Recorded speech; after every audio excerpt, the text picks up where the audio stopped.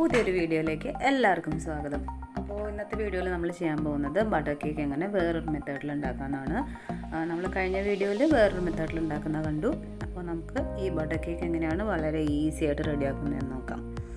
അപ്പോൾ അതിന് വേണ്ടിയിട്ട് നമുക്ക് എന്തൊക്കെയാണ് വേണ്ടതെന്ന് നോക്കാം.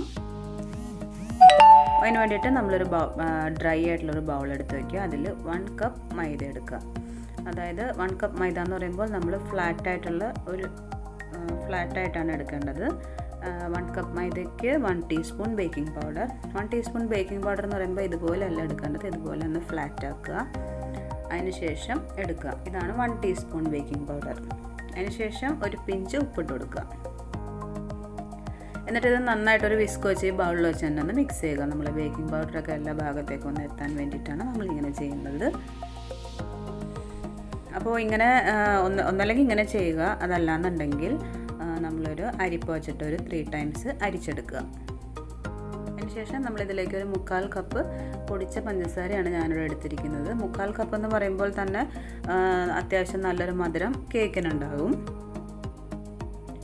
നമ്മളിത് ബേക്ക് ചെയ്യാനുള്ള ടിൻ ബട്ടർ ഒന്ന് ഗ്രീസ് ചെയ്തതിന് ശേഷം ഒന്നല്ലെങ്കിൽ മൈദ ഇട്ട് ഒന്ന് തട്ടി കൊടുക്കുക. അതല്ലാന്നുണ്ടെങ്കിൽ ഇതുപോലൊരു ബട്ടർ പേപ്പർ മുകളിൽ വെച്ച് കൊടുക്കുക, ഉള്ളിൽ വെച്ച് കൊടുക്കുക. ഞാനിവിടെ ബട്ടർ പേപ്പറാണ് ഉള്ളിൽ വെച്ച് കൊടുക്കുന്നത്. അതിന് ശേഷം അതിൻ്റെ മുകളിൽ കൂടി ജസ്റ്റ് ഒന്നൊരു ബട്ടർ ഒന്ന് സ്പ്രെഡ് ചെയ്ത് കൊടുക്കുക. പിന്നീട് നമ്മളൊരു ബൗൾ എടുക്കുക. അതിന് ശേഷം അതിലേക്ക് ഒരു 100 ഗ്രാം അൺസാൾട്ടഡ് ബട്ടറാണ് ഞാൻ എടുത്തിരിക്കുന്നത്. അപ്പോൾ ഫ്രിഡ്ജിൽ നിന്ന് നേരിട്ട് എടുത്തിരിക്കുന്ന ഒരു ഐറ്റംസും നമ്മൾ കേക്കിന് യൂസ് ചെയ്യരുത്. അപ്പോൾ ഒരു റൂം ടെമ്പറേച്ചറിലുള്ള ബട്ടർ നമ്മൾ നന്നായിട്ടൊന്ന് ബീറ്റ് ചെയ്ത് കൊടുക്കുക. ആ ബട്ടറിൻ്റെ യെല്ലോയിഷ് കളറൊക്കെ ഒന്ന് മാറി ഒരു വൈറ്റിഷ് കളർ ആവുന്നതിടം വരെ നന്നായിട്ടൊന്ന് ബീറ്റ് ചെയ്തതിന് ശേഷം നമ്മൾ നേരത്തെ എടുത്തു വച്ചിരിക്കുന്ന 1/4 കപ്പ് പൊടിച്ച പഞ്ചസാര ഇതിലേക്ക് ഞാൻ ഒന്നായിട്ടാണ് ഇട്ട് കൊടുക്കുന്നത്. അതിനുശേഷം ബീറ്റർ ഓൺ ചെയ്യാതെ തന്നെ നമ്മൾ ജസ്റ്റ് ഒന്ന് മിക്സാക്കി കൊടുക്കുക. അപ്പോൾ നമ്മൾ ഉടനെ തന്നെ ബീറ്റർ ഓൺ ചെയ്താൽ പഞ്ചസാര എല്ലാം തെറിച്ച് പോകുന്നതാണ്. അതുകൊണ്ട് നമ്മൾ ഇതുപോലെ ഒന്ന് ജസ്റ്റ് ഒന്ന് മിക്സ് ആക്കിയതിന് ശേഷം ബീറ്റർ ഓൺ ചെയ്യുക. അപ്പോൾ നന്നായിട്ട് പഞ്ചസാരയും ബട്ടറൊക്കെ നന്നായിട്ടൊന്ന് മിക്സ് ആവുന്നിടം വരെ നന്നായിട്ട് നമ്മളൊന്ന് ബീറ്റ് ചെയ്ത് കൊടുക്കുക. അപ്പോൾ ഒരു സ്പാറ്റിൽ വെച്ചിട്ട് നമ്മൾ സൈഡിലൊക്കെ ആയതൊന്ന് നടുക്കോട്ടൊന്ന് ആക്കി കൊടുക്കുക. അതിനുശേഷം നന്നായിട്ട് ബീറ്റ് ചെയ്ത് നന്നായിട്ട് മിക്സ് ആവുന്നിടം വരെ ബീറ്റാക്കി എടുക്കുക.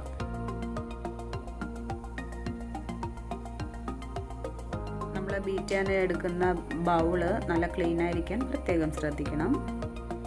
നമ്മൾ ഇതിലേക്ക് വേണ്ടത് 3 മുട്ടയാണ് ഞാൻ എടുത്തിരിക്കുന്നത്.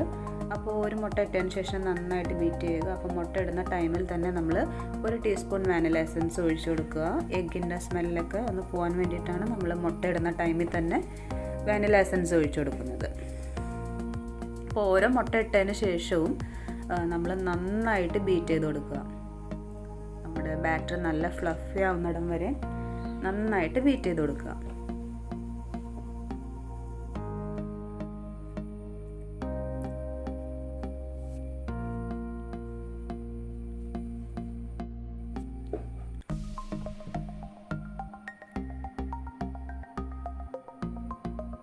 നമ്മൾ ബീറ്റ് ചെയ്യുന്നതിനനുസരിച്ചിരിക്കും നമ്മുടെ കേക്കിൻ്റെ സോഫ്റ്റ്നെസ്. അപ്പോൾ നമ്മൾ 3 മുട്ടയും ഇട്ട് കഴിഞ്ഞു.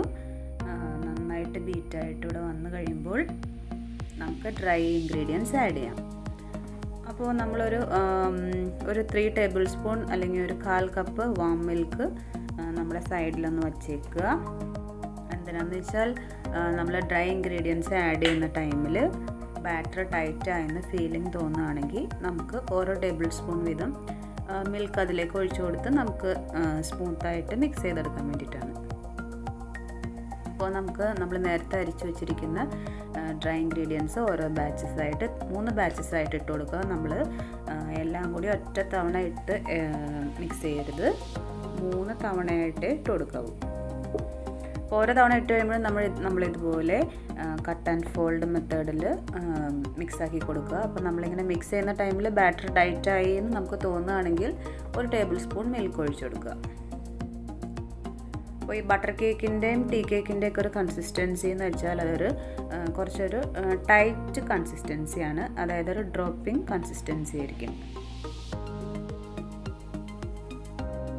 ശേഷം നമ്മൾ ലാസ്റ്റ് ബീറ്റർ വെച്ചിട്ട് ജസ്റ്റ് ലോ സ്പീഡിൽ ജസ്റ്റ് ഒന്ന് ബീറ്റ് ചെയ്തെടുക്കുകയാണ്. ബാറ്റർ നല്ല സ്മൂത്ത് ആവാൻ വേണ്ടിയിട്ടാണ് നമ്മൾ അങ്ങനെ ചെയ്തത്.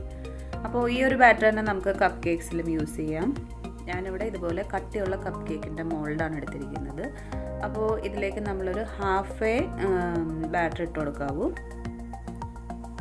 പകുതി ബാറ്റർ മാത്രം ഇട്ട് കൊടുക്കാൻ പാടുള്ളൂ. ഇത് ബേക്കായിട്ട് വരുമ്പോൾ ഈ കപ്പ് കേക്ക് ഈ മോൾഡ് ഫുള്ളായിട്ട് കേക്ക് ഉണ്ടാവുന്നതാണ്.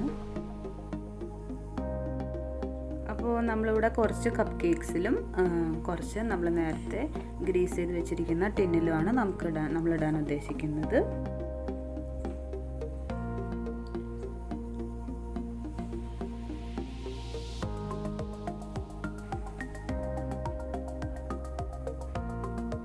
ഈ ഒരു കൺസിസ്റ്റൻസി ആയിരിക്കും നമ്മുടെ കേക്കിന് നമ്മുടെ ബാറ്ററിന് ഉണ്ടാവുക. അപ്പോൾ നമ്മൾ ഇതിലേക്ക് ഈ ബാറ്റർ ഇട്ടതിന് ശേഷം നമ്മൾ ഇതുപോലെ എല്ലാ ഭാഗത്തേക്കും ഒന്ന് സ്പ്രെഡ് ചെയ്ത് കൊടുക്കുക.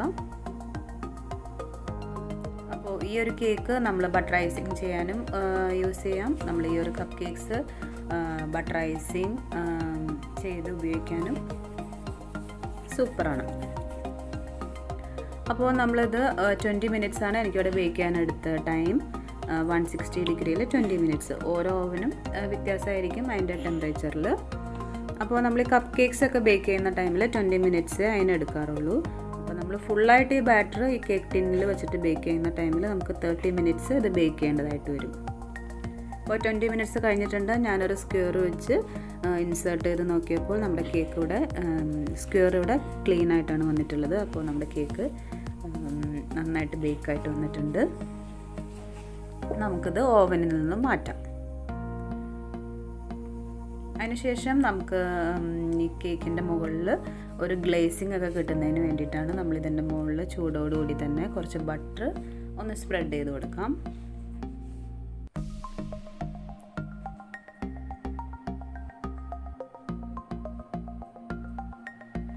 അപ്പോൾ നമ്മൾ ബട്ടർ പേപ്പർ ഇട്ട് കൊടുത്തിരിക്കുന്നത് കൊണ്ട് നമുക്ക് കേക്ക് ഇതിൽ നിന്നും ഡിമോൾഡ് ചെയ്യാനായിട്ട് വളരെ ഈസിയാണ്.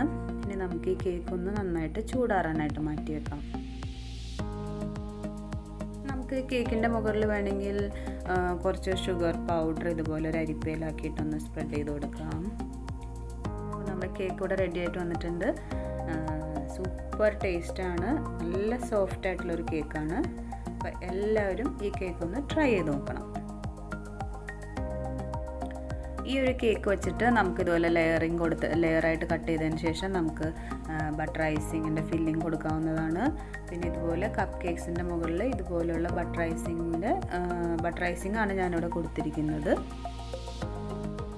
അപ്പോൾ ഈ സൂപ്പർ സോഫ്റ്റ് ആയിട്ടുള്ളൊരു കേക്ക് എല്ലാവരും ഒന്ന് ട്രൈ ചെയ്ത് നോക്കണം. അപ്പോൾ കുട്ടികൾക്കൊക്കെ ഒത്തിരി ഇഷ്ടപ്പെടുന്ന ഒരു കേക്കാണിത്. അപ്പോൾ ഈ വീഡിയോ ഇഷ്ടമായിട്ടുണ്ടെന്നുണ്ടെങ്കിൽ എല്ലാവരും ലൈക്ക് ചെയ്യാനായിട്ട് മറക്കരുത്. എൻ്റെ നെക്സ്റ്റ് വീഡിയോസിൻ്റെ നോട്ടിഫിക്കേഷന് വേണ്ടിയിട്ട് എല്ലാവരും ചാനൽ സബ്സ്ക്രൈബ് ചെയ്യാൻ മറക്കരുത്. Thanks for watching.